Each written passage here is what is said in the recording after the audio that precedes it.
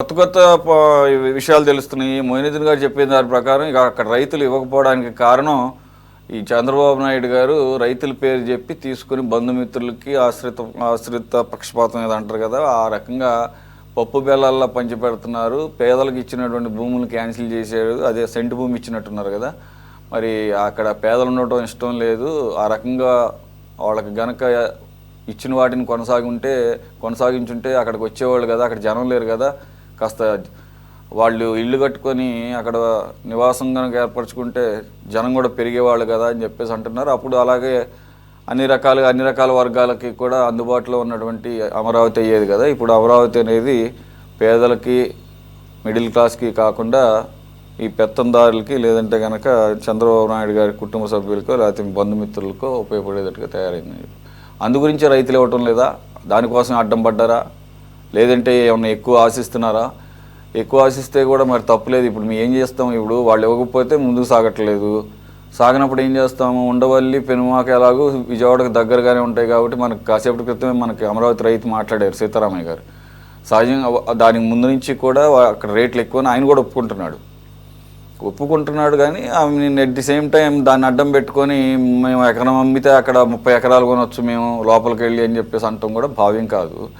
దీనికి మధ్య మార్గంగా వారి కోరికలు ఏంటో తెలుసుకొని మరి కాస్త కంపెన్సేషన్ పెంచో ఏదో ఒకటి చేయాలి. కంపెన్సేషన్ పెంచితే మళ్ళీ మిగిలిన రైతులలో అసంతృప్తులు వస్తాయని అంటున్నారు. కానీ మరి అసలు ఆగిపోతే వచ్చే నష్టం కన్నా ఏదో రకంగా వాళ్ళని కన్విన్స్ చేయటం ఇంపార్టెంట్ కదా.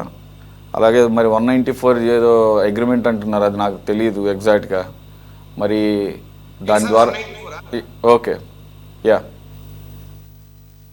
సార్ అగ్రిమెంట్ ఏదో నాకు తెలియదు 194 అనేది. సార్ స్థూలంగా కొన్ని విషయాలు మాడుకుందాం సార్. ఇప్పుడు మొత్తం 37,500 ఎకరాలు ల్యాండ్ పూలింగ్ సిస్టమ్ ద్వారా అమరావతికి చెందిన అంటే 29 గ్రామాలకు చెందిన రైతుల నుంచి భూములు తీసుకోవాలని ఆ రోజు తెలుగుదేశం సర్కారు 2015లో వారు నిర్ణయించడం జరిగింది. దానికి అప్పుడు ప్రతిపక్ష నేతగా ఉన్న జగన్మోహన్ రెడ్డి గారు కూడా సంపూర్ణ సహకారం అందిస్తాం. ఇక్కడ ఒక 50,000 ఎకరాల్లో మనం మంచి రాజధాని కట్టాలా, వాషింగ్టన్ DC కన్నా మించిన రాజధాని, $2 బిలియన్ తెస్తా నేను బయట నుంచి అవసరమైతే, నేను ముఖ్యమంత్రి అయితే $2 బిలియన్ తెస్తా, వాషింగ్టన్ అద్భుతమైన రాజధాని కడతాం, అది విశ్వనగరంగా వృద్ధి చెందాలా అని రకరకాల మాటలు వైఎస్ జగన్మోహన్ రెడ్డి గారు చెప్పిన విషయము మొయినుద్దీన్ గారు మర్చిపోయినట్టున్నారు. అలాంటి పరిస్థితుల్లో ఆయన కూడా ఒప్పుకున్న తర్వాత అసెంబ్లీలో అంతా డిస్కషన్ జరిగిన తర్వాత ఇక్కడ 37,500 ఎకరాలకు గాను 33,500 ఎకరాలు ఆ రోజు LPS ద్వారా అంటే ల్యాండ్ పూలింగ్ సిస్టమ్ ద్వారా భూమి సేకరించడం జరిగింది సార్. ఇక తగ్గిన 3,700 నుంచి 4,000 ఎకరాలు మీరు ఇప్పుడు చెప్తున్న పెరుమాక కావచ్చు, నిడమరు కావచ్చు, ఉండవల్లి కావచ్చు, అట్లాగే రకరకాల చిన్న చిన్న ఊర్లన్నీ ఉన్నాయి విజయవాడకి అతి దగ్గరలో. ఈ పల్లెల్లో ఎక్కడైతే భూములు ఇంకా ఇవ్వాలో ఈ LPS సిస్టమ్ ద్వారా వారందరూ కూడా వైసీపీ మద్దతుదారులు కావచ్చు, లేదంటే వైసీపీ సానుభూతి పరులు కావచ్చు, లేదంటే కొంత మాకు విజయవాడకు దగ్గర ఉన్నాం కదా మాకు రేట్లు ఎక్కువ కావాలా, ఎక్కడో దూర ప్రాంతాల్లో ఇచ్చినట్టు కాంపెన్సేషన్ మాకు ఇస్తే మేము ఒప్పుకోమని మాట మాట్లాడుతున్నారు. సార్ ఇక్కడ ఎమినెంట్ డొమైన్ ప్రిన్సిపల్ అంటే అందరికీ మేధావులు అందరికీ తెలిసే ఉంటుంది.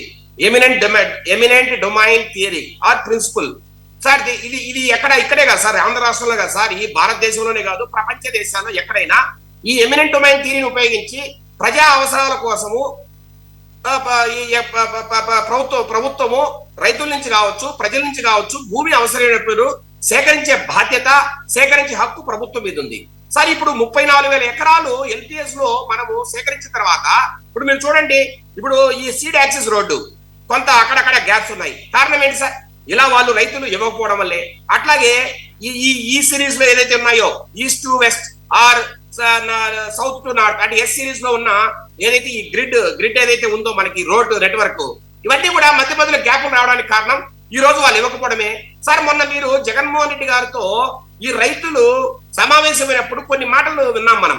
మేము మన లాయర్ మనోహర్ రెడ్డి గారు మీకు హెల్ప్ చేస్తున్నారు కదా, మీరు భూములు మీరు ఇవ్వకుంటే ఇబ్బంది ఏం లేదు, మీరు ఇవ్వాల్సిన అవసరం లేదు, మీరు భూములు ఇవ్వకపోయినా ముందుకెళ్తాం, రేపు నిజంగా మన గవర్నమెంట్ వస్తే మీ భూములు ఎక్కడికి పోకుండా అట్లాగే నిలుపుదల చేస్తాం, ఈ రకమైన రెచ్చగొట్టే ధోరణి.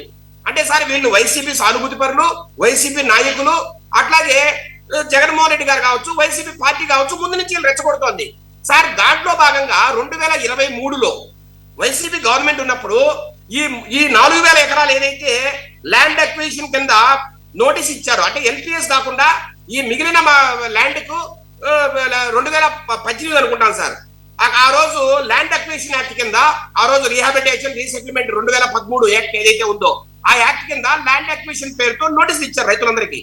దాంట్లో భాగంగా 2023లో 1200 ఎకరాలని జగన్మోహన్ రెడ్డి గారి ప్రభుత్వము వీరికి వాపస్ చేసింది సార్.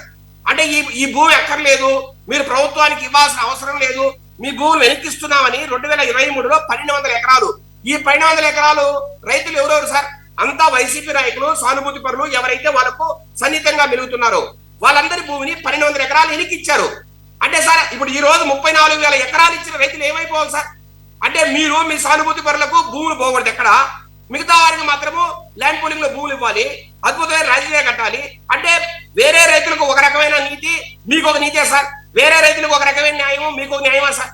ఇది అందరూ కూడా ఆలోచించాలా సార్. ఈ రోజు రాష్ట్ర భవిష్యత్తు కోసం మనం ఒక విశ్వవిఖ్యాత నగరంగా మనం అమరావతిని కట్టబోతున్నాం. ఆ నగరానికి ఎంతో మంది త్యాగం చేయాలా సార్. రైతులకు ఎన్నో బాధలు ఉంటాయి, మేమేం కాదనట్లా, మేమేమి దాన్ని ఫోర్స్ఫుల్ గానో లేకపోతే రైతుల నుంచి భూములు గుంజేయాలనో నేను చెప్పట్లా. కానీ సార్ ప్రతిదానికి ఒక హద్దు ఉంటుంది. మేము 2018లో ఏదైతే ల్యాండ్ అక్విజిషన్ సంబంధించిన నోటీస్ ఇచ్చామో ఆ రోజు నుంచి సార్ ఈ రోజు 2026 అంటే 8 సంవత్సరాలుగా వారికి ప్రభుత్వం నచ్చ చెప్పుతూనే ఉంది. ఎందుకంటే సార్ మనకు కొంత టైం ఉంది, ఇంకా ఒక 1 year 1.5 year మనకు ఈ రోడ్స్ అన్ని కంప్లీట్ అయ్యేటప్పటికి కొంత టైం ఉంది. కాబట్టి సార్ మీరు చూస్తూనే ఉంటారు, ఇప్పుడు రకరకాల హంద్రీనేవా కాలువలు కావచ్చు, లేదంటే గాలేరు నగర్ కావచ్చు, లేదంటే పోలవరం చెందిన left and right main canals కావచ్చు, మనకు మధ్య మధ్యలో గ్యాప్స్ కనబడుతూ ఉంటాయి. ఎందుకంటే సార్ కొంతమంది రైతులు మేము భూములు ఇవ్వలేము, ఈ రేట్లు మాకు నచ్చట్లేదు, మాకు ఈ ఉండే పొలం ఇదేను, మేము దీంట్లో వరి పెట్టుకోవాలా లేదంటే వేరే పంటలు వేసుకోవాలా అని కొంతమంది బాధపడుతూ ఉంటారు. తర్వాత కొంతమంది కోర్టు కూడా వెళ్తూ ఉంటారు. సరే కోర్టుకి వెళ్ళినా కూడా సార్ నేనేమంటున్నా అంటే మనకి ఇంకా ఒక 1 year టైం ఉంది కాబట్టి గవర్నమెంట్ కూడా సార్ కొంత వేచి చూసే ధోరణిలో కూడా ముందుకెళ్తోంది. ఎందుకంటే ఒక కోర్టుకి వెళ్ళినా కూడా కోర్టులో తెగే పరిస్థితి ఉంది కాబట్టి ఈ 1.5 year లో మనకు తెగే అవకాశం కూడా కోర్టు ఇస్తాయి. కాబట్టి ఎవరిని నొప్పించకుండా, ఎక్కడ సమస్యలను సృష్టించకుండా ప్రశాంతంగా ముందుకెళ్దామని ప్రభుత్వం అనుకుంటుందో తప్పితే నిజంగా ల్యాండ్ అక్విజిషన్ ఏదైతే నోటీసులు ఇచ్చామో దాంట్లో భాగంగా ఈ రీసెటిల్మెంట్ అండ్ రీహాబిలిటేషన్ యాక్ట్ ఏదైతే ఉందో 2013 సెంట్రల్ గవర్నమెంట్ వారు ఇచ్చిన యాక్ట్, దాని ప్రకారం సార్ మనం ల్యాండ్ అక్విజిషన్ చేస్తే గవర్నమెంట్ ఎవరైనా ఆపగలరా? మీరు మామూలుగా అయితే ప్రభుత్వం ఇక్కడ ఎక్కడా సార్ ప్రభుత్వం ఉదాసీన ధోరణి ఎక్కడా లేదు. ఒకటి వీరు కోర్టు కన్నా ఇల్లు ఉండాలా, లేదంటే సార్ వీళ్ళు అక్కడ కొంత వ్యతిరేకంగానో లేకపోతే అక్కడ కొంత దౌర్జన్యంగానో ప్రవర్తిస్తూ ఉండాలా. ఈ 2 మాత్రమే మిగిలాయి. రెండో మాట సార్ మీరు అంటున్నారు కదా 50,000 మందికి అసైన్మెంట్ పట్టాలు ఇచ్చారని. నేను అడుగుతున్నాను సార్, ఇప్పుడు 30,000 మంది రైతులు బలి చేసి వాళ్ళ దగ్గర ల్యాండ్ పూలింగ్ యాక్ట్ సిస్టమ్ లో మనము భూమిని తీసుకొని ఈ రకంగా మనము ధారాళం చేయగలమా ప్రజలకి? అంటే ప్రజలకు మన ఇష్టారాజ్యంగా ప్రభుత్వము భూములు 2 సెంట్లు 3 సెంట్లు ఇస్తూ పోతే మరి రాజధానికి భూమి ఇచ్చిన రైతుల పరిస్థితి ఏంటి సార్? వాళ్ళ త్యాగాలకు అర్థం ఏంటి సార్? ఇవన్నీ కూడా సార్ వైసీపీ ఆలోచించాలి. అసలు సార్ రాజధాని అనేది ఒక ప్లాన్డ్ సిటీ. మనము ఒక అద్భుతంగా దానికి ఒక డిజైన్ చేసి ఆర్కిటెక్చర్ పెద్ద సింగపూర్ ఆర్కిటెక్చర్ అంతా కూర్చొని ఒక సూపర్ ఆర్కిటెక్చర్ ఒక సూపర్ డిజైన్ చేసి దాన్ని మనం ముందుకు తీసుకెళ్తూ ఉంటే మేము మధ్యలో అసైన్మెంట్ పట్టాలు ఇస్తాం, మేము రకరకాల ఇల్లులు కట్టిస్తాం ప్రభుత్వాన్ని మాట్లాడము, ఇది రాజధానిని అడ్డుకోవడం మాత్రమే అని కూడా నేను ఈరోజు మీకు దాన్ని అంటే ధైర్యంగా చెప్పగలుగుతున్నాను సార్. కేవలం రాజధాని అడ్డుకోవాలి, రాజధానిని కట్టకూడదు, చంద్రబాబు నాయుడికి మంచి పేరు రాకూడదు, దాంట్లో భాగంగానే పేదలకు మేము పట్టాలు ఇస్తున్నామనే ఒక కొత్త ధోరణికి ఆ రోజు ప్రభుత్వం పోయింది. అంత తప్పితే సార్ ఇక్కడ ఎక్కడ న్యాయము ధర్మము లేదు. ఇంకో మాట సార్, ఈ రోజు కొంతమంది అంటున్నారు మా ల్యాండ్ కు రేట్ ఎక్కువ, మేము విజయవాడ దగ్గరలో ఉన్నామని. సార్ ఇప్పుడు ప్రభుత్వము ప్రజా అవసరాల కోసము ఒక ల్యాండ్ పూలింగ్ లేకపోతే ల్యాండ్ అక్విజిషన్ చేసినప్పుడు ఆ భూమి ధరలు అక్కడ ఆ యాక్ట్ ప్రకారము నిర్ణయించిన ప్రకారమే డబ్బులు వస్తాయి.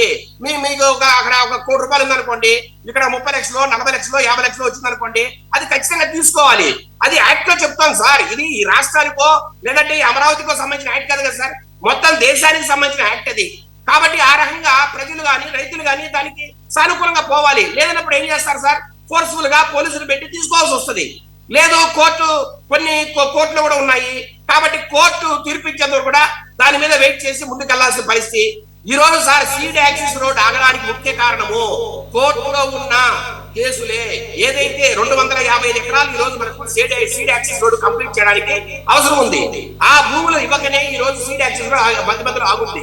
అయినా కూడా సార్ దానికి రకరకాల ఒప్పులు తిరుగుతూ మనం ఏదో కొంత ముందుకు పోవడానికి ప్రభుత్వం ప్రయత్నం చేస్తుంది సార్. ఇదే కాదు సార్, మీరు చాలా చూడండి, నేషనల్ హైవేస్ ఎక్కడైనా ఇప్పుడు తిరుపతి టు బెంగళూరు కావచ్చు, లేదంటే హైదరాబాద్ టు కర్నూలు కావచ్చు, ఎప్పుడైనా ఒక ప్రధానమైన నేషనల్ హైవే మనము నిర్మాణం చేస్తూ ఉన్నప్పుడు మధ్య గ్యాప్స్ ఉంటాయి. కారణం ఏంటంటే సార్, రైతులు కొంతమంది తిరగబడతారు, తర్వాత కోర్టుకు వెళ్తారు. అవి కొంత టైం పట్టే ఆస్కారం ఉంది కాబట్టి కొంత ఏదైతే పూర్తి నిర్మాణం అయ్యే లోపల అది కూడా కోర్టు కేసులు దిగి మనకి తీర్పు వచ్చిన తర్వాత అవి కూడా ఖచ్చితంగా ఆ గ్యాప్స్ కూడా ఫిలప్ చేసే విధంగా ప్రభుత్వం ముందుకెళ్తోంది. దీంట్లో ఎక్కడా సార్ రైతులు నొప్పించే పరిస్థితి కానీ రైతులను ఇబ్బంది పెట్టాలి కానీ ప్రభుత్వం ఎక్కడ ఆలోచించక సార్ ఈ రోజు మనం ఒకటే చెప్తున్నాం, స్వచ్ఛందంగా రైతులు ముందుకు వచ్చి ఇవ్వాలి.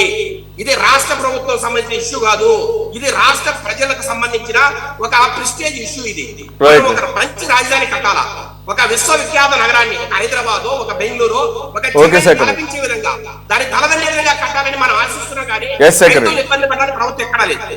Right sir Krishna.